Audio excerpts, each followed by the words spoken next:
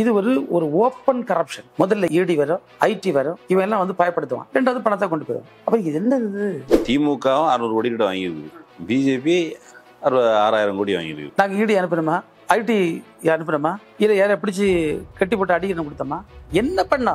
நீ என்னெல்லாம் பண்ணி இந்த பணத்தை வாங்கியிருக்க? அதானே இன்னைக்கு வெளியே வந்திருக்கு. பெரிய கான்ட்ராக்டர்கள் கொடுப்பதற்கு முன்னால் பெருந்தொகையை வாங்கியிருக்கு. அவங்களை வந்து இடி ஐடி பண்றவங்களை அனுப்பி விட்டுக்கிட்டு திரும்ப வாங்கியிருக்கு. அப்ப டாக்ஸ் எவேஷன், அது நஷ்ட கணக்கு காட்டினாங்க. இல்ல நஷ்டத்தில் இருந்தவன் எப்படி இவ்வளவு பணம் கொடுக்க முடியும்? இந்த நஷ்ட கணக்கு பண்ணவனுக்கு நீ வங்கியில் என்ன கொடுத்துருக்க? ரைட் ஆஃப் பண்ணிருக்க. அப்ப நீ ரைட் ஆஃப் பண்ணுக்கு இந்த பணத்தை வாங்கினியா? நான் சவாலா சொல்லேன், கன்னியாகுமரி அவங்க வந்து ஜெயிப்பேன்னு சொன்னாங்க. எப்படி ஜெயிக்குது? எத்தனையோ முறை இந்த மாவட்ட பாதிப்புக்குள்ளாச்சு. இந்த 10 ஆண்டு காலத்துல அவர் எப்போதுமே வரல. இந்த முறை பெரிய அழுகுறல் இருந்து தென் மாவட்டங்கள் இப்படி பாதிக்கப்பட்டிருக்கிறது. நீங்க வாங்க வந்து ஏதாவது பண்ணுங்க நேரத்தில் வரவும் வெள்ளத்தை ஒட்டி எதுவும் பண்ணவும் இல்லை. பாதிக்கப்பட்ட மேற்கு பகுதியில கால் கூட ஊனாம திருவனந்தபுரத்திற்கும் கன்னியாகுமரி இடைப்பட்ட இடத்துல தான் பாதிப்பு வந்தது. அவர் கார்ல வந்து ஒரு 25 கிலோமீட்டர் டிராவல் பண்ணா பாதிக்கப்பட்ட இடத்துக்கு வந்திருக்கிறார். அது கூட வராம போன ஒருவர் இப்ப வந்திருக்காரு. எதுக்கு வந்திருக்காரு? ஒக்கி புயல் நடந்த நேரத்துல தமிழ்நாட்டில் இருக்கக்கூடிய கடற்கரை கிராமங்கள்லாம் கையெடுத்து கும்பிட்டது.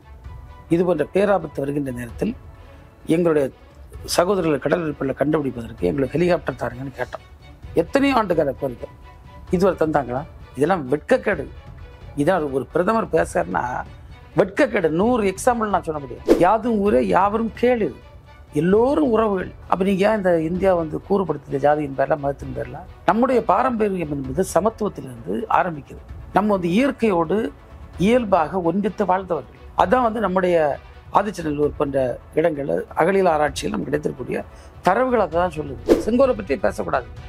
இவர் பேச வேண்டிய அரசமைப்பை பற்றி பேச வேண்டும். அரசமைப்பை பற்றி பேசுவதற்கு அவருக்கு எந்த தகுதியும் கிடையாது. சமத்துவம் கொண்ட நாடு, ஒரு மதசார்பற்ற நாடு, இது ஒரு குடியரசு நாடு. இந்த மூன்றுலையும் அவருக்கு நம்பிக்கை இல்லை. அதனாலதான் அவர் இதை விட்டுக்கிட்டு பழைய செங்கோல் போறாரு. இங்க வந்து ஒரு சர்வாதிகார ஆட்சியை கொண்டு வருகின்ற போக்குக்கு அவர் சென்று கொண்டிருப்பதை நமக்கு தெளிவா பார்க்க முடியும். மிக மிக முக்கியத்துவம் இந்த தேர்தல். இதை மக்கள் புரிஞ்சுக்கிடணும். அரண்சை நண்பர்களுக்கு வணக்கம். அரண்சை ஊடகம் சுயேட்சையாக இயங்குவதற்காகவே உருவாக்கப்பட்டது. நாம் செய்கிற வேலை உண்மையிலேயே மக்களுக்காக செய்கிறோம் என்பதை நீங்கள் நம்பினால், வாய்ப்பு இருந்தால் இந்த ரேசர் பே QR கோடுக்குள்ளே நீங்கள் வந்து அதை ஸ்கேன் பண்ணி எங்களுக்கு உங்களால் இயன்றதை விருப்பம் இருந்தால் ஆதரவு தெரிவிக்கலாம். வணக்கம் நண்பர்களே, இது அரண்சை. நான் மகிழ்ந்தன். பல்வேறு அரசியல் சமூக நிகழ்வுகள் தொடர்பாக பல்வேறு ஆளுமைகளை சந்தித்து உரையாடி வருகிறோம். அந்த வகையில் நாம் சந்திக்க போகின்ற சிறப்பு விருந்தினர் தமிழ்நாட்டின் பால்வளத்துறை அமைச்சர் ஐயா மனோ தங்கராஜ் அவர்கள். வணக்கம். பிரதமர் மோடி கன்னியாகுமரிக்கு வந்திருக்கிறார். இங்கிருந்து ஒரு அலை கிளம்பி இருக்கிறது. அந்த அலையில் தமிழ்நாட்டில் இருக்கிற திமுக, காங்கிரஸ், குறிப்பாக திமுக, அது பெண்களுக்கு எதிரான ஒரு கட்சி. அது வந்து உங்களுக்கு ஒருபோதும் நன்மை செய்யாது. நன்மை செய்யணும்னா எங்களை தான் தேர்ந்தெடுக்கணும், நாங்கள் வருவோம், நாங்கள் எங்களை வீழ்த்துவோம், இது குடும்ப கட்சி, குடும்ப அரசியல், இப்படி நிறைய பேசியிருக்காரு. மேலும் அவர் சொன்னது வந்து, இனிமேல் நான் பேசுறது உங்களுக்கு லாங்குவேஜ் பிரச்சனை இருக்குது, நான் தமிழில் பேசட்டுமா அப்படின்னு உடனே தமிழில் என் பெரிய சவுண்டு வரல. அப்புறம் வந்து நான் தமிழில் பேசினா எல்லோரும் லைட்டாக காமிங்க அப்படின்னு மொபைல் லைட்டாக காமிக்க சொல்லிட்டு, அதுக்கு பிறகு ஆர்டிஃபிஷியல் இன்டெலிஜென்ஸ் வழியாக இனி நமோ ஆப்பில் நான் வந்து தமிழில் பேசுவேன் அப்படின்னு இருக்காரு. ஏற்கனவே மன் கி பாத் அப்படிங்கிற மனதின் குரல் அப்படின்னு ஒரு நிகழ்ச்சியில் அவர் தொடர்ச்சியாக அவ்வப்போது பேசிகிட்டு இருக்கிறார். அது தொடர்பாக நீங்கள் எழுதி வெளியிட்டிருக்கிற ஒரு மன் கி பாத் மனதின் குரலுக்கு ஒரு இந்திய குடிமகனின் 108 கேள்விகள். இப்போ இதை அவர் தமிழ்லே நான் உங்ககிட்ட பேசுகிறேன் அப்படின்னு வந்திருக்கிறார். ஸோ இந்த குறிப்பிட்ட விஷயத்துலேருந்தே நான் பெண்களுக்கு எதிரான திமுக அப்படின்னு ஒரு சார்ஜ் வச்சிருக்கிறாரு. நீங்கள் இந்த நூலில் அதுக்கு விரிவாக விளக்கம் கொடுத்துருக்கீங்க. ஆனாலும் ஆடியன்ஸுக்காக முதல்ல வந்து ஒரு மோடியினுடைய வருகை கன்னியாகுமரி எப்படி இருந்துன்னு பார்க்கணும். அவங்க வந்து 30,000 பேருக்கு மேல் அந்த கூட்டத்தில் எதிர்பார்த்தாங்க. ஆனால் நேற்றுக்கு வந்து 3000 பேர் தான் கூடியிருக்காங்க. அவங்க எதிர்பார்த்தது 30,000 க்ரௌடு. ஆனால் வந்து 3000 க்ரௌடு தான் அங்கே வந்து ஆக்குபை. பட் ஆனால் மீடியா லைவ்ல வந்து நிறைய கூட்டமாக இருக்கிற மாதிரி எல்லாம் காமிச்சாங்களே. இது நான் வந்து களத்தில் உள்ள விஷயத்த நான் சொல்ல. ரெண்டாவது, இப்போ அவர் வந்து வாராரு. அவருடைய வருகையை பற்றி யாரும் ஒரு எதிர்பார்ப்பில் இல்லை. ஏன்னா எத்தனையோ முறை இந்த மாவட்ட பாதிப்புக்குள்ளாச்சு. இந்த 10 ஆண்டு காலத்தில் அவர் எப்போதுமே வரல. இந்த முறை பெரிய அழுகுறல் இருந்து தென் மாவட்டங்கள் இப்படி பாதிக்கப்பட்டிருக்கிறத நீங்க வாங்க வந்து ஏதாவது பண்ணுங்க நேரத்தில் வரவும் வெள்ளத்தை ஒட்டி எதுவும் பண்ணவும் இல்லை. ஒக்கி புயல் வந்த நேரத்தில் மீனவர்கள் வந்து பல்லாயிரக்கணக்கான மீனவர்களாக காணல. தேசத்தின் பார்வை, உலகத்தின் பார்வை கன்னியாகுமரி பக்கம் இருந்தது. ஏன்னா அவ்வளவு மீனவர்கள் காணல, அழுகுரல். அப்போ வந்து இவர் வரவே இல்லை. ராகுல் காந்தி அவர்கள் வருகிறார், எங்களுடைய தலைவர் தளபதி அவர்கள் வருகிறார். உடனே இவரும் ஓடோடி வருகிறார். வந்து அது வேதனையான சம்பவம் என்னன்னா, ஹெலிகாப்டரில் வந்து கன்னியாகுமரி ஹெலிபேடில் இறங்கி அதிலிருந்து ஒரு புகைப்பட கண்காட்சியை பார்த்துட்டு போயிட்டார். புகைப்படம், மீனவர்கள் பாதிக்கப்பட்டதா புகைப்படமாக எடுத்து கண்காட்சி வச்சிருந்து. இந்த கண்காட்சியை பார்த்துட்டு மீனவர் பிரதிநிதிகள்கிட்ட கூட அவர் பேசல. நீங்க பாதிக்கப்பட்ட கண்காட்சியை ஒரு ஒழுங்கு செய்தது பாஜகவினரா? இது எல்லாமே அவங்களும் எல்லாம் சேர்ந்து பண்ணாங்கன்னு வச்சுக்கோமா. இந்த பார்த்துக்கிட்டு கொஞ்சம் பிஜேபியினுடைய லீடர்ஸை போய் பார்த்துக்கிட்டு, பிஜேபியினுடைய அணிகள், மீனவர் அணி, அந்த அணியெல்லாம் பார்த்து கொஞ்சம் பேரை பார்த்து பேசிக்கிட்டு அவர் அப்படியே எஸ்கேப். அவர் வந்து பாதிக்கப்பட்ட இடம் மேக்சிமம் வந்து வெஸ்ட் சைடு. இவர் கன்னியாகுமரி இருக்கக்கூடிய கன்னியாகுமரியுடைய கிழக்கு பகுதி, பாதிக்கப்பட்ட மேற்கு பகுதி. மேற்கு பகுதியில் கால் கூட ஊனாம திருவனந்தபுரத்திற்கும் கன்னியாகுமரி இடைப்பட்ட இடத்துல தான் பாதிப்பு வந்தது. அவர் கார்ல வந்து ஒரு 25 கிலோமீட்டர் டிராவல் பண்ணா பாதிக்கப்பட்ட இடத்துக்கு வந்திருக்கிறார். அது கூட வராம போன ஒருவர் இப்ப வந்து வந்திருக்காரு. எதுக்கு வந்திருக்காரு? தேர்தலுக்கு வந்திருக்காரு. அதுல அவருடைய வருகை யாருமே ரிசீவ் பண்ணல. அது மெயின் விஷயம் நம்ம பார்க்கணும். ரெண்டாவது, நீங்க பாத்தீங்கன்னா சொன்னீங்க வந்து திமுக வந்து பெண்களுக்கு எதிரான கட்சி. அதான் வந்து பாவம், இந்த மோடிக்கு வந்து வரலாறே தெரியாது. அவர் கூட சுத்திட்டு இருக்கவனு எதுவுமே தெரியாது. நம்ம ஊர்ல சொல்லுவோம் அந்த பேத்த பிள்ளைன்னு. அதுதான் அவன். ஏன் நான் சொல்லேன்னா, நீங்க வந்து இந்திய வரலாற்றுக்கு பெண்ணுரிமைக்கு வழிகாட்டிய நாடு தமிழ்நாடு. பெண்களுக்கு சொத்துல உரிமை இல்லை, பெண்களுக்கு தாங்கள் அணியக்கூடிய உடை மீது உரிமை இல்லை, பெண்கள் தன்னுடைய கணவனை தேர்ந்தெடுக்கும் உரிமை இல்லை, பெண்களுக்கு கல்விக்கான உரிமை இல்லை, பெண்களுக்கு அரசியலுக்கான உரிமை இல்லை, பெண்ணுக்கு குழந்தை திருமணம், பெண் வந்து கணவன் இறந்து விட்டால் கைம்பெண், இல்லைன்னா சதியில போனோம். இதெல்லாம் யார் கொண்டு வந்தா? இதை கொண்டு வந்து சீரழித்த அமைப்புக்கு சொந்தக்காரர்கள் தான் இன்றைக்கு வலதுசாரி அரசியல் பேசுகின்றனும் RSS இயக்கும் பாஜகவும். இவங்க வந்து இந்த கூட்டம், இவங்களுடைய தத்துவம் தான் இந்த பெண்களை சீரழித்தது. இதை அடிச்சு உடைச்சு 1921 முதல் முறையாக பெண்களுக்கு வாக்குரிமை தந்த பேர் இயக்கம் இன்றைக்கு திராவிட இயக்கமாக இருக்கக்கூடிய நீதி கட்சி. இதை மறக்க முடியுமா? முதல் பெண் சட்டமன்ற உறுப்பினர் முத்துலட்சுமி ரெட்டி யார் கொண்டு வந்தது? திராவிட கட்சிகள் தான். இன்னைக்கு மாறி மாறி தமிழ்நாட்டில் ஆட்சி செய்தது தான். பெண்கள் காவல்துறையில் இருக்குது, பெண்கள் அனைத்து துறைகளில் இருக்குது, பெண்களுக்கு அரசு ஊழியர்ல இடஒதுக்கீடு, பெண்களுக்கு ஆசிரியர் பணியில் இடஒதுக்கீடு, முழு கல்வியும் அரசே பொறுப்பேற்று நடத்துது. இது எங்க என்ன சொல்ல முடியும்? பெண்களை இன்றைக்கு அதிகாரப்படுத்தி, ஒரு உதாரணத்தை மட்டும் அவங்கள்ட்ட நான் சொல்லி, இது அழகான கூட்டம். நான் ஒரு முறை வந்து உறுப்பினர் சேர்ப்பதற்காக சென்றிருந்தேன். ஒரு இடத்துல சேர் போட்டு உட்கார்ந்துருக்கேன். ஒரு சின்ன பெண் வந்திருந்தா, ஒரு 30 வயசு இருக்கும். வந்துட்டு நான் வந்து என்னம்மா பேர் எழுதியாச்சு, கலையரசி. உன் பேர் சரியப்பா, உன் வயசு என்ன, நீ என்ன தொழில், இப்படி ஒரு வருஷம் என்னை பார்த்தா, நான் இல்லத்தரசி. இல்லத்து எனக்கு அப்படியே தூக்கி போட்டுட்டு நான் சவால் விடுக்க இருக்கேன். நம்ம வந்து தென்னிந்தியா முழுவதும் பயணம் செய்வோம். ஒரு பெண்மணி இந்த பதில சொல்ல முடியுமா? நான் இல்லத்து அரசி இன்னும் சொல்லக்கூடிய ஒரு உரிமை பெற்றக்கூடிய பெண்கள் வாழுகிற தமிழ்நாட்டில் வந்து இவ்வளவு தூரம் அவர் நீ வந்து ஒன்றிய அரசுடைய செயல்பட்ட 10 வருஷத்துல பார்த்தோன்னா, அவர்கள் பெண்களுக்கு அவர்கள் செய்த அநீதி மாதிரி யாருமே செய்ய முடியாது. நீங்க குஜராத்தில் ஒரு முதல்வராக இருந்துச்சு போது ஏற்பட்ட கலவரத்தில் எத்தனை பெண்கள் கற்பழிக்கப்பட்டார்கள். பில்கிஸ் பானு வழக்கு நாடுக்கே தெரிந்தது. அந்த பெண் கர்ப்பிணி, அவளை கற்பழிக்கிறார்கள், குடும்பத்தை சேர்ந்த 16 பேரை கொலை செய்கிறார்கள். அவர்களுக்கு நீதி கிடைக்காது என்று வேற ஸ்டேட்ல போய் நீதிமன்றத்தில் உத்தரவு வாங்கி இரட்டை ஆயுள் தண்டனை பெறுகிறார்கள். அவர்களுக்கு அந்த பீரியட் முடியக்கு முன்னால அவர்களை குஜராத் அரசு வந்து விடுதலை செய்யுது. இந்த விடுதலை செய்ததை பற்றி ஒரு வார்த்தை பேசினாரா, திரும்ப சுப்ரீம் கோர்ட்டுக்கு போய் அவங்களை ஜெயிலுக்கு போட வேண்டிய நிலைமைக்கான ஒரு நாடு. அந்த ஆசிஃபா, அந்த 8 வயசு சிறுமி கொன்ன வழக்குல பிஜேபிக்காரன் வந்து தேசிய கொடியோட ஊர்வலம் போனது. இதெல்லாம் எப்படிப்பட்ட கொடுமைகள்! நம்முடைய பெண்கள் மல்யுத்த வீரர்கள் போராடிய போது தன்னுடைய கட்சியை சார்ந்த ஒரு எம்பி மீது குற்றச்சாட்டு வந்திருக்கு. ஒரு வாரத்தில் அவருக்கு பேர் நடவடிக்கை எடுத்து முடிச்சிருக்கலாம். ஒரு நடவடிக்கை கூட எடுக்க முடியாமல் அந்த பெண்களை தெருவில் எத்தனை நாட்கள் வேடிக்கை பார்த்தவர். இப்படி 1000 விஷயம் நம்ம சொல்ல முடியும். எனவே பெண்களும் பெண்கள் சார்ந்த விஷயத்திலும் மோடியும் பாஜகவும் RSS அமைப்புகளும் அந்த பழமைவாதத்தில் தான் இன்றைக்கும் இருக்கிறார்கள். நீங்க சொன்ன விவரங்கள் ஊரறிந்த உண்மை. இது நீங்க அந்த நூல்லையும் பட்டியலிட்டு சொல்லியிருக்கீங்க. ஆனாலும் மோடி வந்து இங்க தமிழ்நாட்டில் பெண்களுக்கு எதிரானது திமுக, அல்லது தமிழ்நாட்டில் நடக்கிற ஆட்சி தான் பெண்களுக்கு எதிரானதுன்னு அவர் பேசுறாருல, அந்த தார்மீக துணிச்சல் அவர் எந்த தார்மீகத்தின் அடிப்படையில் பேசுறாரு? அவர் ஹிட்லருக்கு சீடர் தான். அவர் என்ன சொல்லியிருக்காருன்னா, பொய்யை திரும்ப திரும்ப சொன்னால் அது என்ன ஆயிரும், மக்கள் நம்பிடுறாங்க. பிஜேபி என்ன பண்ணுது, திரும்ப திரும்ப பொய்யை சொல்லுது. நீங்கள் வந்து இந்துக்களுக்கு நாங்கள் பாதுகாவலன்னு சொன்னாங்க. நான் கேட்குறேன், உங்கள் பாக்கெட்டில் கூடிய பொருளாதாரத்தை நான் எடுத்துக்கிட்டு நான் உங்களுக்கு என்ன பாதுகாப்பு தர முடியும்? இந்தியாவில் இருக்கக்கூடிய இத்தனை கோடி இந்துக்களுடைய பாக்கெட்டில் 10 ஆண்டு காலமாக பெட்ரோல், டீசல், சமையல் எரிவாயு இந்த விலையை இவ்வளோ உயர்த்தி அவர் கொள்ளையடிச்சாரா? அதுக்கப்புறம் அவர் என்ன சப்போர்ட் நீங்கள் பண்ணுதியா? இப்படி 100 விஷயம் நம்ம சொல்ல முடியுமா? பிற்படுத்தப்பட்ட பட்டியலின மலைவாழ் சமூகத்தை சார்ந்த இந்து மக்களுடைய கல்வி உரிமையில கை வைத்தீங்களா? இப்படி இந்துக்களுக்கு எவ்வளவு தீங்கு நீங்கள் செய்திருக்கிறீங்க?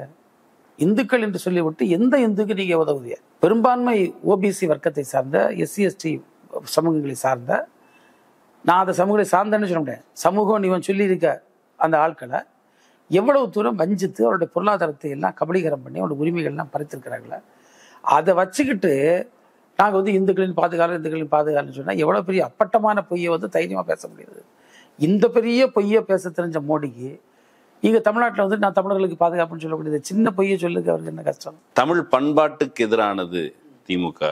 அது தொடர்ந்து தமிழர்களின் இந்த பண்பாட்டு ஓர்மை அல்லது இந்த பண்பாட்டு ரீதியான கூறுகளுக்கு எதிராகவே சிந்தித்து பேசி வருகிறது. நாங்கள் தமிழ் பண்பாட்டை காக்க வந்தவர்கள்.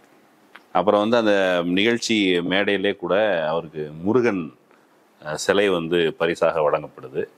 நான் வந்து செங்கோல் அங்கே வந்து வச்சேன் புதிதாக கட்டப்பட்ட நாடாளுமன்றத்தில், அதுக்கு கூட இவங்க வரல.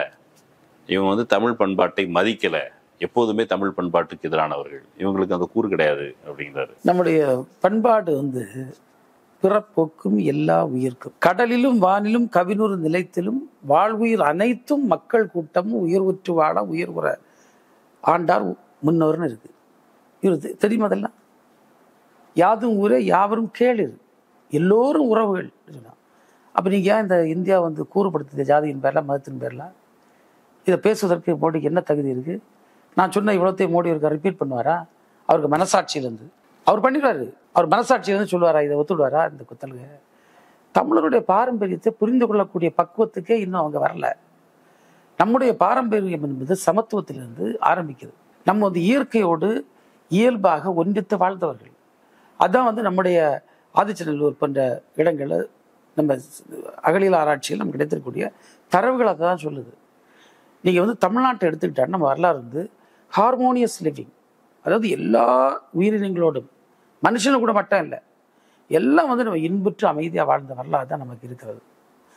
இது எல்லாமே நடிப்பு தான். நீங்கள் பார்த்தீங்கன்னா அவங்க வந்து ஒவ்வொன்றா, இப்போ நம்ம வந்து தமிழ் பேசுகிற விஷயத்துக்கு நம்ம வருவோம். இப்போ நம்ம கரெக்டாக யோசிச்சோம்னா, ஒரு குழந்தை வந்து பள்ளிக்கூடத்தை விடும், 1 வருஷத்தில் அது எழுத்த படிச்சிடும்.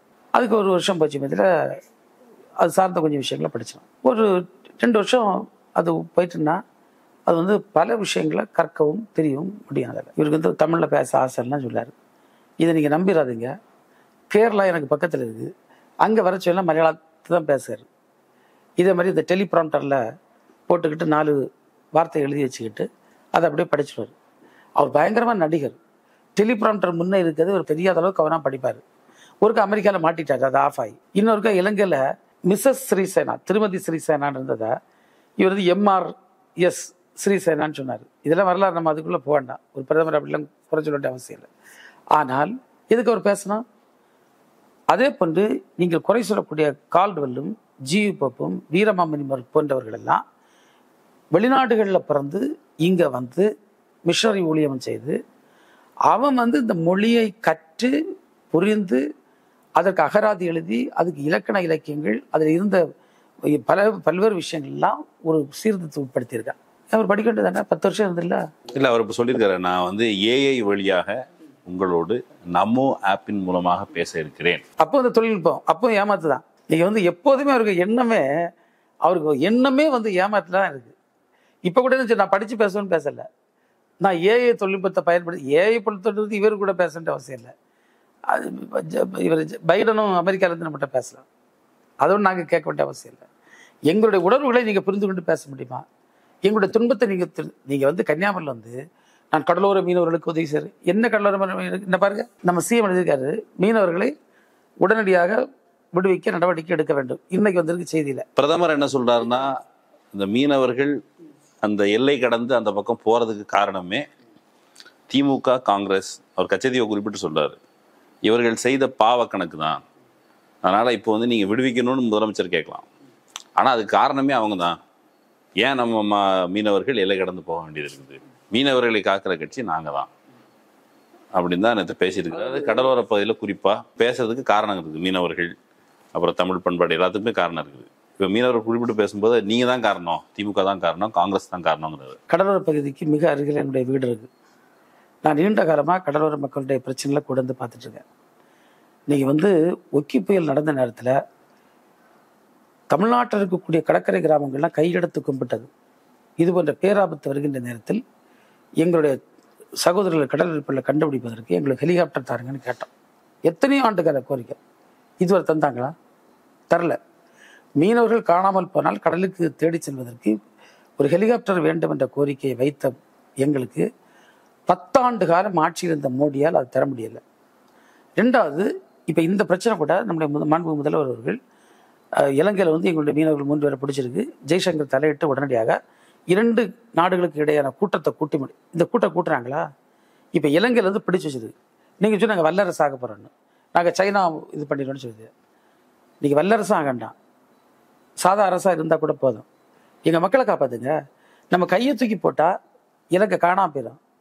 அந்த இலங்கை வந்து நம்முடைய மீனவர்களை பிடித்து வைத்து மிரட்டுகின்ற நேரத்தில் அதை அடக்குவதற்கு கூட சக்தி இல்லாத நான் வந்து இவங்க பலத்தை பயன்படுத்தி கூட பண்ணணும்னு சொல்லலை. There is something called political diplomacy. ஒரு அரசியல் ரீதியான ஒரு அணுகுமுறையோட இந்த விஷயத்தை அவங்க பண்ணணும். இதை கூட பண்ண தெரியாதவர் விஸ்வகுருவா. என்ன குரு? தன்னுடைய சொந்த மக்களை காப்பாற்ற முடியாது, பக்கத்தில் கூடிய ஒரு மிகச்சிறிய நாடு, அது ஒரு நம்ம நம்ம நம்ம கணக்கிலே எடுக்க முடியாத ஒரு அளவில் உள்ள ஒரு நாடு, இந்த நாட்டு இராணுவத்திலிருந்து நம்ம மீனவர்களை பாதுகாக்க முடியாதவர் இப்படி பேசுறனா இதை யார் தம்பி ஏத்துடுவார்? நீங்க கச்சதீவை கொடுத்துருக்கலன்னா நான் காப்பாற்ற வேண்டிய தேவையே இல்லை அப்படிதான் அவருடைய வாதம். காங்கிரஸ் கட்சி ஊழல் கட்சி, காங்கிரஸ் கட்சி உரிமை எல்லாம் விட்டு கொடுத்துட்டு காங்கிரஸ் கட்சி அந்த தப்பு இந்த தப்புன்னு சொல்லிச்சு. நீங்க வந்து 10 வருஷம் ஆச்சு. இந்த 10 வருஷத்துல நீங்க ஊழலை பல மடங்கு பெருக்கிட்டீங்க. பல்வேறு நாடுகளோட இந்த உறவுகள் கட்டுப்போச்சு. சீன ஆக்கிரமிப்பு நிறைய வந்துடுது. இதுவும் அப்படிதான். இந்த 10 வருஷம் போதாத கட்சத்தீவை மீட்க? அப்போ காலம் பூரா உங்களை பட்டா போட்டு தரணுமா? அதான் என்ன பண்ணிடுவீங்க? 10 ஆண்டு காலம் மோடி அவர்கள் பிரதமராக இருந்தபோது தமிழ்நாட்டு மீனவர்களுக்கு கச்சத்தீவு தான் பிரச்சனை, இந்த கச்சத்தீவை காங்கிரஸ் அன்றைக்கு கொடுத்துட்டுது என்று சொல்லுகிறார்கள். சரி, ஓகே. இந்த 10 வருஷம் நீங்கள் என்ன பண்ண? அதை மீட்பதற்கு ஒரு குறைந்தபட்ச நடவடிக்கை எடுக்கல. ஒரு இலங்கையை கூப்பிட்டு ஒரு பேச முடியாதவர்கள், அதட்ட முடியாதவர்கள். இன்றைக்கு நான் உண்மையை சொல்ல, இன்றைக்கு பல மீனவர்கள் பல்வேறு மக்கள் வெளிநாடுகளில் போய் சிக்கி தவிக்கும்போது எங்களுடைய அயலக அணி தோழர்கள் தான் அவர்களாம் திரும்ப கொண்டிருக்கான முயற்சிகளை மேற்கொள்கிறார்கள். அண்மையில் கூட பார்த்துருப்பீங்க, 11 பேரை கொண்டு வருவதற்கு திமுகவுடைய அயலக அணி அந்த அளவிற்கு வெளிநாடு வாழ் தமிழர்களோடு தொடர்பை ஏற்படுத்தித்தான் கொண்டு வந்தோம். இதெல்லாம் வெட்கக்கேடு. இதான் ஒரு பிரதமர் பேசுறாருன்னா வெட்கக்கேடு. 100 எக்ஸாம்பிள் நான் சொல்ல முடியும். எப்படி ஒரு சாதாரண ஒரு கட்சியினுடைய ஒரு விங் செய்ய முடியறத ஒரு அரசு செய்ய முடியல, அரசுடைய வெளியுறவுத்துறையால பண்ண முடியல. இது 100 எக்ஸாம்பிள் மட்டும் இருக்கு. சரி, பிரதமர் இங்க வந்துட்டு கன்னியாகுமரியில பேசும் பொழுது அவர் இந்த வார்த்தைகளை பயன்படுத்தி மீனவர்கள் குறித்து பேசும் பொழுது ஒரு வழக்கமா அவங்களுடைய சோசியல் இன்ஜினியரிங்னு ஒரு பகுதி இருக்கிறத பார்க்க முடியுது. அதே போல தமிழ் பண்பாடு, தமிழர் பண்பாடு, இந்து பண்பாடு, நம்முடைய பண்பாடு, முருகன், செங்கோல், இந்த விஷயங்கள் எல்லாமே ஒரு காமன் ஆடியன்ஸ் ஸ்டைலில் அவர் கன்னியாகுமரியில் இந்த இமேஜஸ் அவர் விட்டுட்டு போறாரு. இதுதான் பேசுறாரு. இந்த செங்கோல் ஆட்சியை உண்மையிலே மக்கள் ரசிச்சார்களா, அது நல்லது அனுபவிச்சாங்களான்னு எனக்கு தெரியாது. ஆனால் கன்னியாகுமரி மாவட்டம் தென் திருவாங்கூர் சமஸ்தானத்தில் இருந்தது. அந்த சமஸ்தானத்தை ஆட்சி செய்த காலகட்டத்தில் அவர் ஏற்றுக்கொண்ட உறுதிமொழி, அந்த செங்கோல் வச்சு ஏற்றுக்கொள்ள உறுதிமொழி என்னன்னா, நாங்கள் வந்து ஒரு சனாதன தர்மத்தின் அடிப்படையில் ஆட்சி அமைப்போம்னு சொன்னாங்க. உங்களுக்கு தெரியும், அங்கே அவ்வளவு சாதிய கட்டமைப்பை வலுப்படுத்தினார்கள், பெண்களுக்கு அடக்குமுறைகளை வலுப்படுத்தினார்கள். இதனால தான் 1816 முதன்முறையாக பெண்கள் வந்து ஆடை அணியக்கூடிய உரிமை, அதாவது இடுப்புக்கு மேல் அப்பர் கிளாத் ரயாட் என்று வரலாற்றில் இருக்கிறது. கேரளாவில் பார்த்தீங்க மறைக்கல் போராட்டம்னு இருக்கு, நமக்கு வந்து மேலாடை போராட்டம், தொழிற்சேலை போராட்டம் இதெல்லாம் அழைக்கப்படுது. இப்படி அந்த செங்கோல் முறையை ஒழித்து ஒரு ஜனநாயக பாதையை இந்தியா தேர்ந்தெடுப்பதற்கு எத்தனை ஆண்டுகால போராட்டம், எவ்வளவு செங்குருதி சிந்த வேண்டி வந்துள்ளது வரலாறு மோடிக்கு தெரியாதா? அப்போ செங்கோல் ஆட்சியை அகற்றிவிட்டு மக்களால் மக்களுக்கென்ற செங்கோல் என்பது ஒரு மன்னனுடைய அடையாளம். ஒரு மன்னனை அடையாளப்படுத்துவது எப்படி? கையில் ஒரு செங்கோல், தலையில் ஒரு கிரவுன், இது ரெண்டு தானே. அந்த செங்கோல் அடையாளத்தையும் அந்த கிரவுன் அடையாளத்தையும் எடுத்து வைத்து விட்டு மக்களோடு மக்கள் என்ற ஒரு அடையாளப்படுத்துவது தான் நம்முடைய அரசமைப்பு சட்டம். அந்த அரசமைப்பு சட்டம் 3 விஷயத்தை சொல்லுது. இது செங்கோல் வச்சும் ஆளாது, மன்னரை வச்சும் ஆளாது.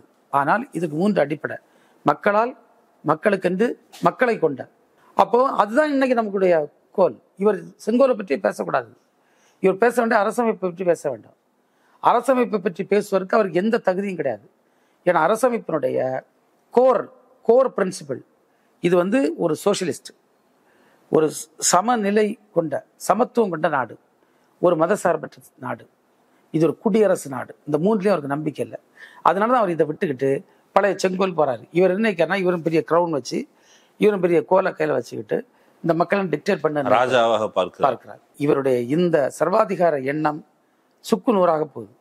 மோடியை சுற்றி ஒரு பிம்பம் தொடர்ந்து கட்டமைக்கப்பட்டது. நீங்களும் அந்த நூலில் அது குறித்து சொல்லியிருக்கீங்க.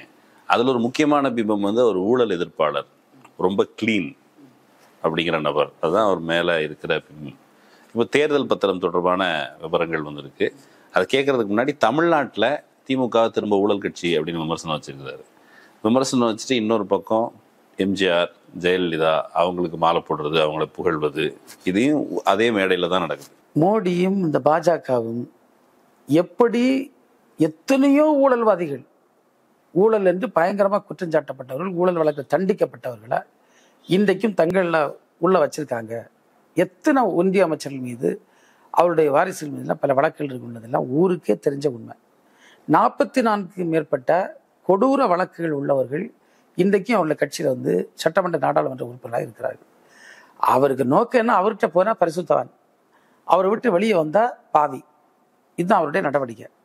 இப்போ ஜெயலலிதா அவர்கள் வந்து நீதிமன்றத்தால் குற்றவாளி என்று தீர்ப்பளிக்கப்பட்டவர். ஜெயலலிதாவை இழிவுபடுத்தியது திமுக தான் அப்படின்னு சொல்றாரு. ஜெயலலிதாவை நாங்கள் எப்படி இழிவுபடுத்தினோம்? ஜெயலலிதா வந்து ஆட்சி செய்த தவறு, அவர் ஊழல் பண்ணாரு, அப்படி நாங்கள் இழிவுபடுத்திருக்கோம். ஆனால் அது நம்ம பேசிதான் ஆகணும். ஜெயலலிதா தப்பு பண்ண நல்லது பண்ணான்னு சொல்ல முடியுமா? அப்படி பண்ண முடியாது. ஆனால் ஜெயலலிதாவை ஒரு பெண் என்ற முறையில் இவர் இழிவுபடுத்துற மாதிரி, இப்போ நீங்கள் வந்து மோடி அவர்கள் பெண் என்ற முறையில் பலரை இழிவுபடுத்தியிருக்காரு. அதனுடைய உச்சம்தான் நம்முடைய ஜனாதிபதி முர்மு அவர்களை, கங்கனா ராவத் உள்ளிட்ட எத்தனையோ நடிகைகளை, எத்தனையோ வியாபாரத்தில் இருக்கக்கூடிய பெரிய பெண்மணிகளை நீங்கள் வந்து கூப்பிட்டு அழைத்த பாராளுமன்ற கட்டிட திறப்புக்கு இந்த நாட்டினுடைய அடையாளமாக இருக்கக்கூடிய முதல் மனிதனாக இருக்கக்கூடிய நம்முடைய முர்மு அவர்களை கூப்பிடல. ராமர் கோயில் சிலை திறப்புக்கு நீங்கள் கூப்பிடல. இது ஒரு பெண் வந்து பெண், அதுவும் மலைவாழ் இனத்தை சார்ந்த பெண் என்ற காரணத்திற்காக நீங்கள் செய்த அவமரியாதை. இப்படி நாங்கள் ஒரு சம்பவம் பண்ணியிருக்கோமா? ஒன்றை சொல்ல முடியுமா? ஜெயலலிதா பெண்மணி, இவர் கோயிலுக்குள்ளே போகக்கூடாது, ஜெயலலிதா பெண்மணி, இவர் முதலமைச்சராக இருக்கக்கூடாது, திமுக என்ன கேட்பாச்சு? அப்போ பெண் என்ற அந்த அந்த ஒரு கண்ணோட்டத்தோட, ஒரு பாலின பாகுபாட்டோடு நடந்து கொள்ளக்கூடிய ஒரு பிரதமர் ஊழல் வழக்குகளில் சிக்கின ஜெயலலிதாவை நாங்கள் விமர்சித்ததை தவறு என்று சொல்லுகிறார். அவரே தான் நீங்க ஊழல் கட்சின்னு சொல்றாரு. திமுக ஊழல் கட்சி, இந்தியா கூட்டணியே ஆட்சிக்கு வர வேண்டும் என்று விரும்புவதே ஊழல் பண்றதுக்கு தான். ஊரே சிரிக்குது தம்பி. எந்த அரசியல் கட்சி மேலேயும் இந்த கட்சி ஊழல் பண்ணது சொல்லுறது வந்து சாதாரண விஷயம். நான் பார்த்தல என்னென்ன வழியில திமுக சிக்க வைக்க முடியுமான்னு பார்க்க, என்னென்ன வழியில பண்ண முடியுமா? இதெல்லாம் ஏதாவது லாஜிக் இருக்கா? ஏதாவது கோர்ட் ஆஃப் லால ப்ரூவ் ஆகுதா? ஒன்றுமே பண்ணல. ஆனால் 2 விஷயத்தை நம்ம இப்போ எடுத்துட்டோம்னா, சிஏஜி ரிப்போர்ட்ல மோடி அரசு மீது பல லட்சம் கோடி தவறு நடந்திருப்பதை பற்றி சுட்டி காட்டுச்சு. அதை பற்றி விவாதம் பண்ணுங்க. உங்களுக்கு ஏன் தைரியம் இல்லை? நீங்கள் விவாதம் பண்ணிக்க வேண்டியதானே? இல்லை சிபிஐ என்கொயரி போடுங்க. இப்போ 2Gயில் இதுதான் சொன்னான். சிபிஐ என்கொயரி வந்து திமுக எதுக்கல்ல, என்கொயரிக்கு ஆஜராச்சுது, வழக்கில் சந்திச்சது. ஆராசான்னா மேடம் கனிமொழி அவர்லாம் அவ்வளோ கஷ்டப்பட்டாங்க. அதுக்கு பிறகு நீதிமன்றம் சொல்லிச்சு இது பேஸ்லெஸ், அடிப்படை இல்லாத கேஸ்ன்னு தள்ளுபடிச்சது. உனக்கு ஒரு விசாரணை கூட பண்ண முடியலையா? 2வது இந்த தேர்தல் பத்திரம், இது வந்து 2019 ராகுல் காந்தி அவர்கள் இது கொண்டு வரப்பட்ட நேரத்தில் இது வந்து ஒரு லூட்டிங்னு சொன்னார். லூட்டிங்னா கொள்ளையடிப்பு முயற்சி. ரெண்டாவது இது பச்சையாக நம்ம பேசணும்னா இது ஒரு ஓப்பன் கரப்ஷன், ஒரு தெளிவான எந்த ஒளிமுறையில் ஓப்பன் கரப்ஷன் ஒன்று. அது எதுக்கு காரணம் சொல்லினா, நீங்கள் வந்து பிஃபோர் அவார்டிங் கான்ட்ராக்ட் கொடுப்பதற்கு முன்னால் இவங்க என்ன செய்ய பணத்தை பெற்றுக்கிட்டாங்க. அப்போ பணம் தந்தால் கான்ட்ராக்ட் தருவோம். கொடுத்துக்கிட்டு வாங்கல, கொடுத்துட்டு வாங்கினா கூட சொல்லி நான் கொடுத்தோம், அவங்க எதுவும் மண்ணும் நினச்சிட்டான் தந்தான்னு சொல்லுங்க. கொடுக்க முன்னால் வாங்க. அப்போது ஒரு இட்ஸ் ஓப்பன் கரப்ஷன், கேட்டு வாங்கியிருக்கான், டீல் பேசிட்டு வாங்கியிருக்கான்.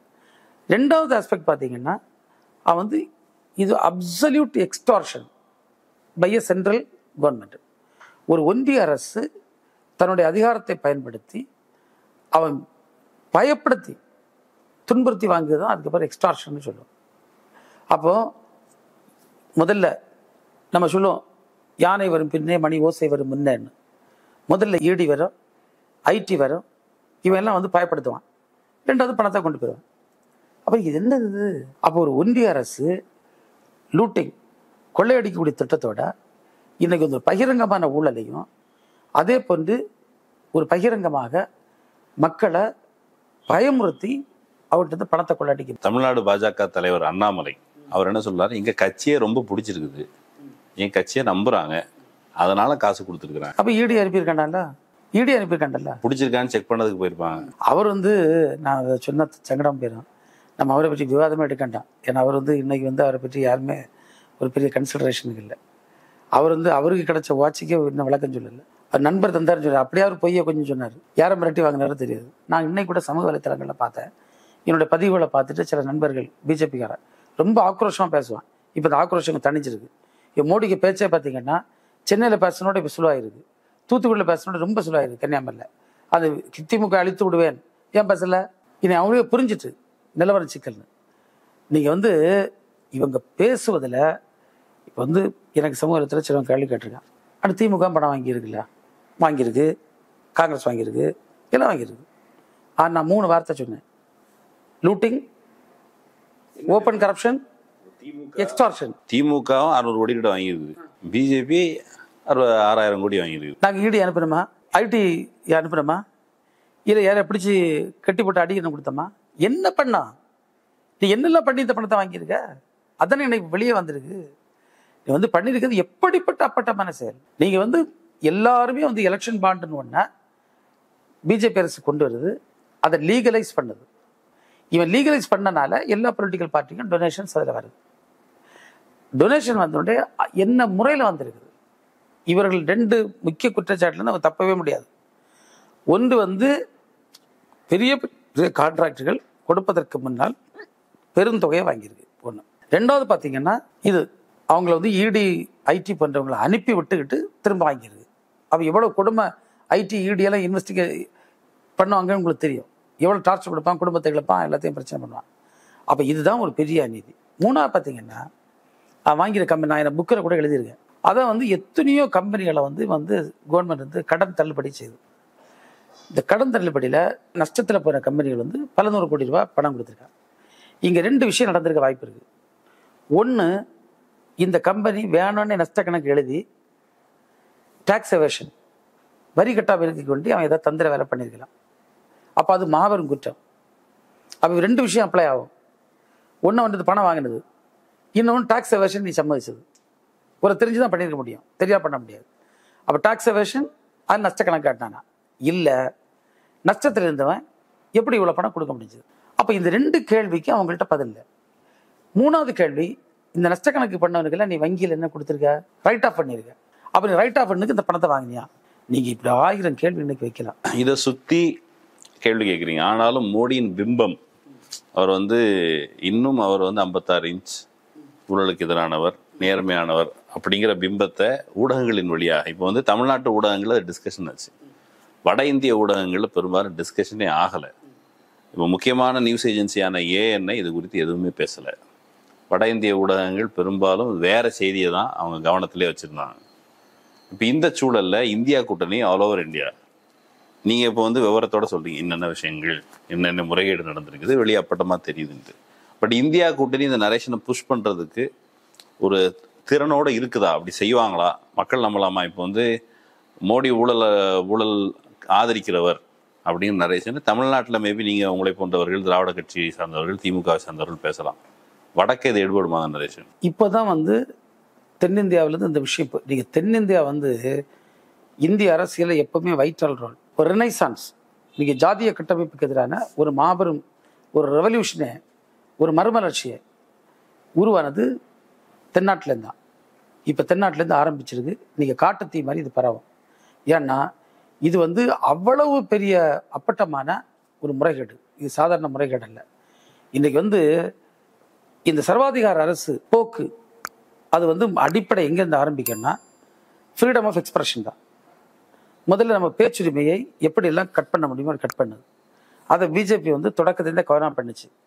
இந்த லங்கேஷ் தொடங்கி, கௌரி லங்கேஷ் தொடங்கி பல பத்திரிகைகள் கொலை செய்யப்பட்ட சம்பவம், பல பத்திரிகைகளை பிஜேபியினுடைய சார்பு ஆதரவாளர்கள் விலை கொடுத்து வாங்கினதும், இன்னைக்கு பத்திரிகையை வந்து மேக்சிமம் கார்பரேட்டைஸ் பண்ணி கையில் வச்சுருக்கதும், ஒவ்வொரு மாநிலங்கள்லையும் பல ஆயிரம் பேருக்கு சம்பளம் கொடுத்து வச்சுக்கிட்டு தவறான செய்திகளை பரப்புகின்ற வேலையிலே வந்து யார் ஈடுபட்டு இருக்கா? பிஜேபி ஈடுபட்டு இருக்கு. அதனால தான் வந்து இது பெரிய அளவில் ஒரு டிபேட் பொருளாக வரல. இல்லைனா சின்ன சின்ன விஷயங்களை வச்சு கூட எவ்வளோ பெருசாக டிபேட் பண்ணலாம். இது உண்மையிலே என்ன மாதிரி உள்ள ஆளுக்கு ஒரு வருத்தம் என்னென்னா, ஜனநாயகத்தின் 4 தூண்களில் ஒன்றான பத்திரிகை என்று சொல்லுகின்றவர்கள் இதை கையில் எடுக்க வேண்டும் என்பது என்னுடைய அன்பான வேண்டுகோள். இது வந்து மிகப்பெரிய தவறு. நெற்றிக்கன் தரப்பினும் குற்றமே நம்ம எல்லா பத்திரிகைகளையும் வச்சிருக்கோம். கண்டிப்பாக வட இந்திய பத்திரிகைகள் இதை இப்போ செய்வதில் தயக்கம் காட்டும். ஏன்னா இது இன்னைக்கு வந்து இந்த கார்பரேட்டுகளுடைய கையில் தான் அந்த பத்திரிகைகள் இருக்குது. இப்போ நம்ம வந்து இதில் பணம் கொடுத்த ஆட்கள் கொடுக்க தவறி வேற வழியில் கொடுத்த ஆட்களுக்கு பத்திரிகைகள் நிறைய இருக்குது. அதில் பத்திரிகைகள் பேசல, அதனால இது போமான்னு சொல்ல முடியாது. நீங்கள் வந்து காந்தி வந்து தேசத்துக்கு சுதந்திரம் வாங்க போது போஸ்டல் கார்டு எழுதி போட்டு தான் ஆட்களை கூட்டணும். அன்னைக்கு ஒரு முறையான சைக்கிள் தான் ஒரு மிஞ்சி பண்ணி நீங்கள் பயணம் செய்யக்கூடிய வண்டி. அப்படிப்பட்ட காலகட்டத்திலே நம்ம சுதந்திரத்தையே வாங்க முடிஞ்சது. அது நிச்சயமாக இன்னைக்கு வந்து இந்த மோடியினுடைய இவ்வளோ பெரிய சர்வாதிகார ஒரு அரசை வந்து இவ்வளோ பெரிய ஊழலை நம்ம அம்பலப்படுத்துவதற்கு நிச்சயமாக நம்மள முடியும்.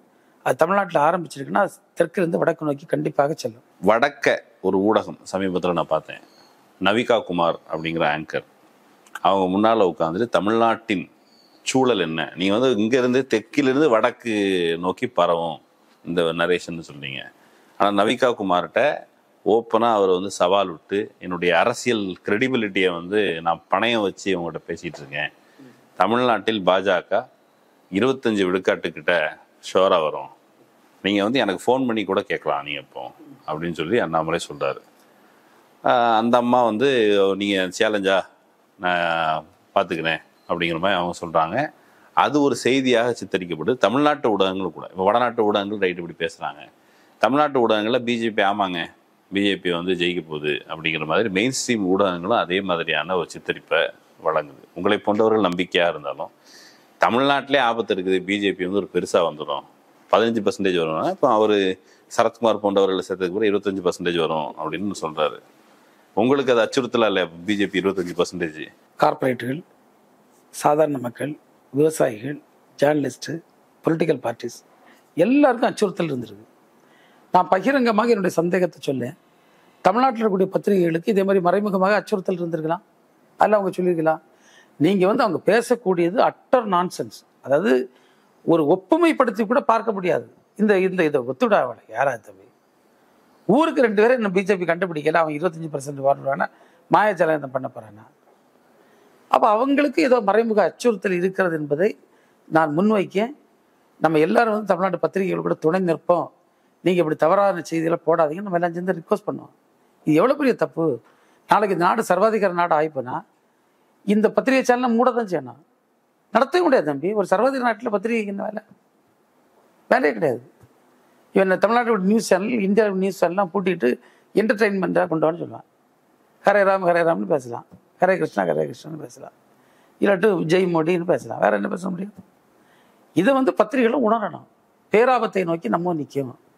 நம்முடைய சுதந்திரமான கருத்துக்கள் வெளியிடுவது, நம்முடைய செய்தி வெளியிடுவது, இவையெல்லாம் ஒரு பெரிய அச்சுறுத்தல் இருக்குள்ளதை தயவுசெய்து பத்திரிகை துறை நண்பர்கள் இதோட புரிஞ்சுக்கிட்டு என்னுடைய வேண்டுகோள். நான் முன்னாள் பத்திரிகையாளர் ஒருத்தரை பற்றி நான் கேட்க விரும்புகிறேன். நான் பத்திரிகையாளராக இருந்தேன், உழைத்து முன்னேறினேன், நான் நிறைய ஜிம் பண்ணேன், 150 வயசு வரைக்கும் வாழுவேன், எனக்கு வந்து எங்கள் மாமியார் வந்து முதலமைச்சராக சொல்லியிருக்கிறாங்க, இப்படி நிறைய அவர் வந்து சமீபத்தில் ஸ்டேட்மெண்ட் சொல்லியிருந்தார். அவர் வந்து சொல்கிறது வந்து அவருக்கு ரசிகர்கள் இருக்கிறாங்க.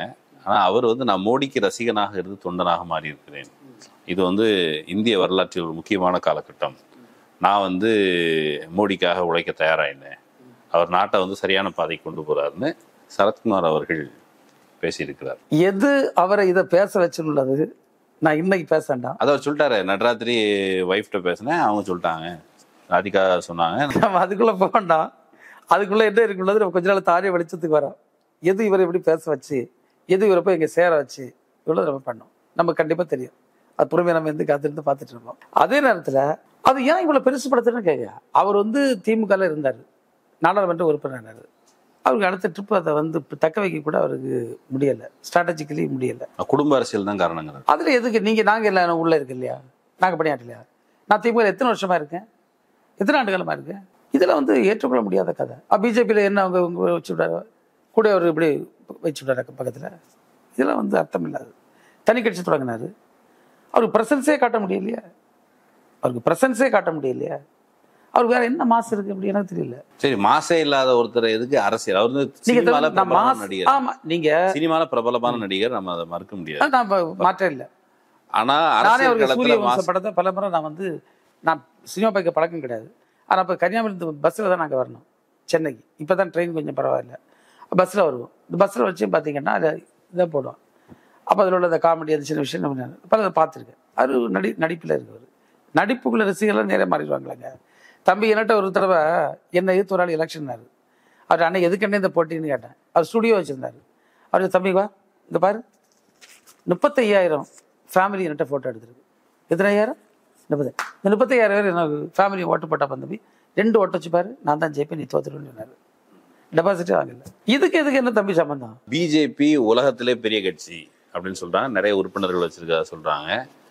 அவங்க ஏன் சரத்குமாரை டார்கெட் பண்றாங்க, சரத்குமாரை ஏன் இணைச்சிக்கிறாங்கிற கேள்வி இருக்குல்ல. அவங்க வந்து இந்த நாட்டுல அவ்வளவு பெரிய கட்சி, இந்த நாட்டுல மாநிலத்தில் இருக்கும் கஞ்சா வியாபாரி, கொலைகேஸ்ல உள்ளவன், கொள்ளை அடிக்கவன், நான் எத்தனை பேரு மர்டர் கேஸ், டபுள் மர்டர் கேஸ்ல உள்ளவன் எல்லாம் பிஜேபி சேர்த்து வச்சிருக்குன்னு நான் உங்கள்கிட்ட சொல்லேன். கொலை, கொள்ளை, கற்பழிப்பு, பல்வேறு குற்றச்செயல் புரியவனையும் கூப்பிடியவன் ஒரு நடிகரை கூட மாட்டானா? எதன் பொருட்டு? அவங்க யாருன்னு வரட்டு? அக்டோபஸ் தானே. பிஜேபி வந்து அக்டோபஸ் மாதிரி, அது கிடைக்கிறதுலாம் சுருட்டி வச்சுக்கிடும். இல்ல, சரத்குமாரை உள்ள இணைச்சதுல அதுக்கு பின்னால இருக்கிற சோசியல் இன்ஜினியரிங், நீங்க அந்த குறிப்பிட்ட தென் மாவட்டங்கள்ல வந்து நிறைய சமூக ஆர்வலர்கள், நடுநிலையாளர்கள், பத்திரிகையாளர்கள் எல்லாருமே வந்து அவரால் ஒரு குறிப்பிட்ட கம்யூனிட்டியோடைய வாக்குகளை கொண்டு வர முடியும். தம்பி, தென் மாவட்டங்கள்ல அவங்க கணக்கு எந்த சூழ்நிலையிலும் வராது. ஏன்னா தென் மாவட்ட மக்கள் முற்றிலுமாக இவங்களுடைய ஒரு நடுநிலையற்ற பாரபட்சமான ஒரு சாராருக்கான அணுகுமுறையை நன்கு புரிந்து வைத்திருக்கிறார்கள். இன்னைக்கு வந்து அங்கிருந்தான் இந்த சாதிய கட்டமைப்பு உடைப்பதற்கான பணிகள் ஆரம்பித்ததாக வரலாறு. அதனாலதான் இவன் அவ்வளவு கோபமா யார கால்வெல்ல, ஜியு போப்ப, வீரவாமணி வரை, இல்லை ரெவரன் மீடு போன்றவர்களை உங்களுக்கு பேசுவது. இன்னைக்கு வந்து நான் ஒன்று தெளிவாக சொல்லுகிறேன், தென் மாவட்டங்களில் அவங்க பேசுவது அர்த்தம் இல்லாது. நான் சவாலாக சொல்லேன், கன்னியாகுமரியில் அவங்க வந்து ஜெயிப்பேன்னு சொன்னாங்க. எப்படி ஜெயிக்குது? அவங்க தான் சொல்லணும். மோடி வந்து பேசியிருக்கிறாரு, இவ்வளவு கூட்டம். நீங்க தேர்தலில் டெபாசிட்டே வாங்கத்தோன்னா கூட தேர்தல் எப்படி இருக்குன்னா நல்லா இருக்கு, நான் தான் ஜெயிப்பேன்னு சொல்லுவேன். ஏன் நான் தோத்து போன்னு சொல்லுவேன்? இது நம்ம கேட்டு புள்ளி என்ன காரணம்னு சொல்லுங்க. எப்படி, how you will win the elections? நீங்க ஏடிஎம்கே வச்சு கொஞ்சம் நல்ல காய்ச்சிருது, ஏடிஎம்கே உங்க கூட இப்போ இல்லை. மைனஸ் ஏடிஎம்கே நீங்க திருநெல்வேலி உங்களுக்கு என்ன ஹோல்ட் இருக்கு, தூத்துக்குடியில் என்ன ஹோல்ட் இருக்கு, விருதுநகர் என்ன ஹோல்ட் இருக்கு, தென்காசியில் என்ன ஹோல்ட் இருக்கு? ஒண்ணுமே கிடையாது. பொன்னார், எம்ஆர் காந்தி போன்ற ஆளுமைகள் இருக்கிறாங்க. ஆளுமைன்னு சொல்லாங்க, ஆட்கள் இருக்காங்கன்னு சொல்லுங்க. ஆளுமை என்பது வேறு, ஆள் என்பது வேறு. சரி, இப்போ அவங்களுடைய செல்வாக்கெல்லாம் கிரவுண்ட்ல பயன்படாதா? மோடி தான் இல்லை, இவங்களாம் உள்ளூர் ஆட்கள். தம்பி, கன்னியாகுமரி மாவட்டத்தில் எங்களுடைய மாண்புமிகு முதல்வர்கள் பணம் தந்தாங்க செய்யக்கூடிய திட்டங்களை பற்றி பேசணும்னா இவன் என்ன காதை புத்திட்டு ஓடிடுவான். ஒரு ஸ்டேட்டுக்கு 50,000 கோடி தந்திருக்காங்களாம் ஒரு சாலைக்கு. எங்கள் தலைவர் வந்து ஒரு டிஸ்ட்ரிக்ட்டுக்கு இந்த 2 வருஷத்தில் எத்தனை கோடி தந்திருக்கு? ஏன்னா பேசலாமா இவங்க? 2 வருஷத்தில், ஒரு வருஷம் 10 வருஷத்தில் 50,000 கோடின்னா ஒரு வருஷத்துக்கு 5,000 கோடி. ஒரு வருஷத்துக்கு 5,000 கோடி வச்சு தமிழ்நாட்டில் சாலை இந்த NH 47 வீக் போதுமா? இதெல்லாம் வேலைக்காகாது. நீங்கள் கன்னியாகுமரியை அவங்களுக்கே தெரியும், கன்னியாகுமரியில் அவங்க சாப்டர் முடிஞ்சு இந்த பாராளுமன்ற தேர்தலில் அவங்க எந்த சூழ்நிலையிலும் மோடியே வந்து நின்னாலும் அங்கே ஒரு கல்லை கூட அவங்க பறிக்க முடியாது. தேர்தல் அறிவிப்பு வர இருக்குது.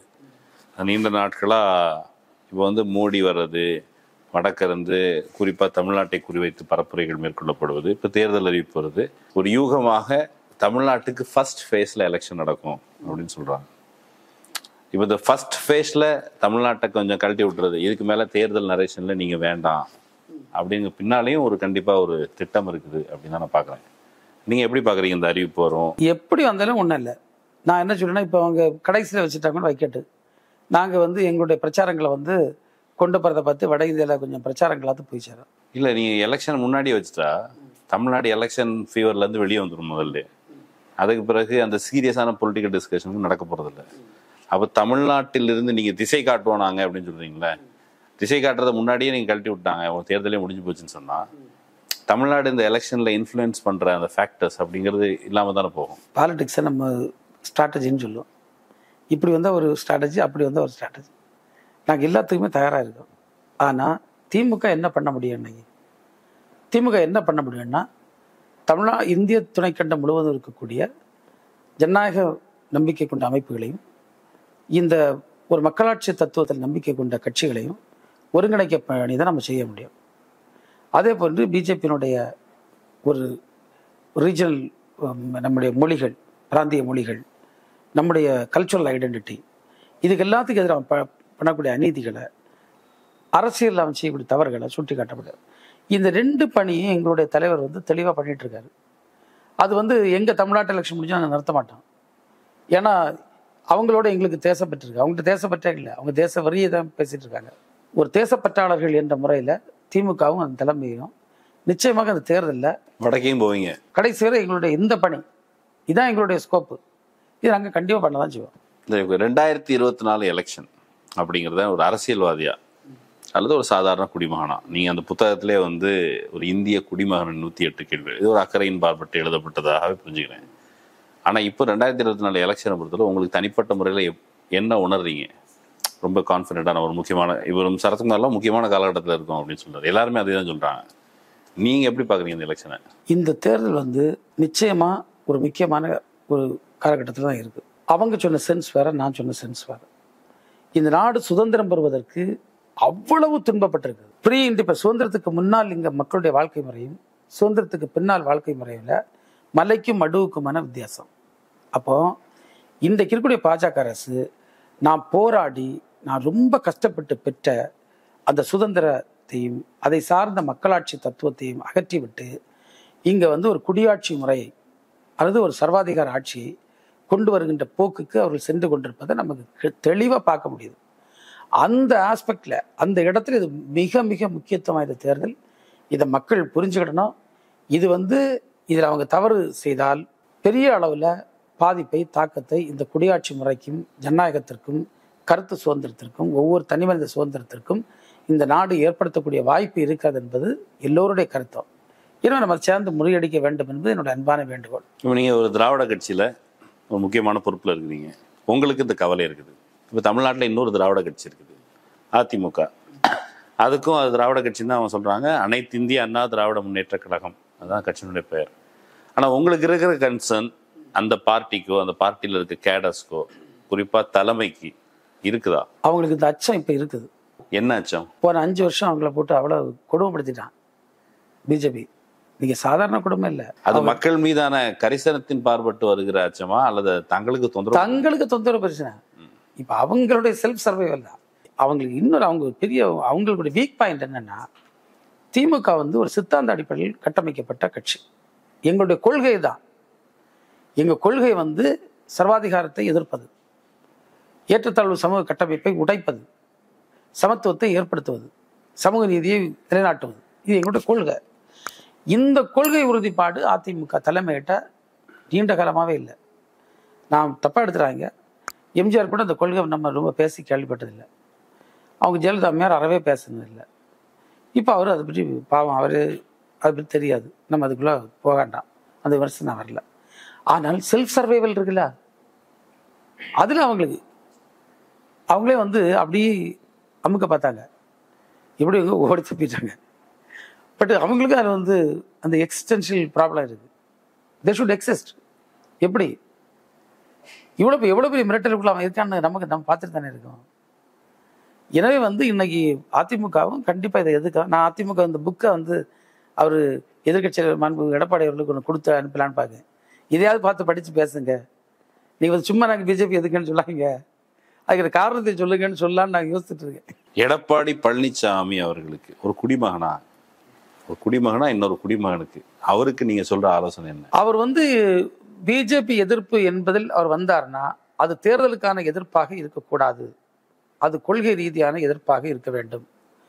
தெளிவா பாஜக என்னென்ன தப்பு பண்ணியிருக்கு, இந்த தப்புக்கு பாஜகவுக்கு பாடம் புகட்ட வேண்டும் என்ற ஒரு உறுதிப்பாடோடு நிலைப்பாடோடு அவர் இருக்கிறார் என்று சொன்னால் அவர் குறைந்தபட்ச கரிசனையோடு இருக்கிறார் என்ற அர்த்தம்.